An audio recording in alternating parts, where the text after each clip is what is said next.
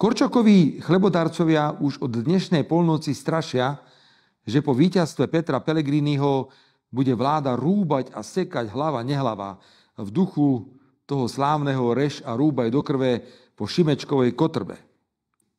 Peter Pellegrini dostal v kampanii od odporcov, ako sa hovorí, čo sa do neho zmestilo.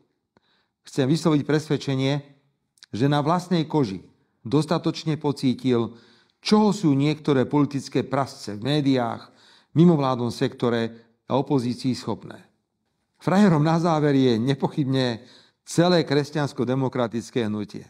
To sa nedá ani vymyslieť, čo táto strana stvárala a stvára.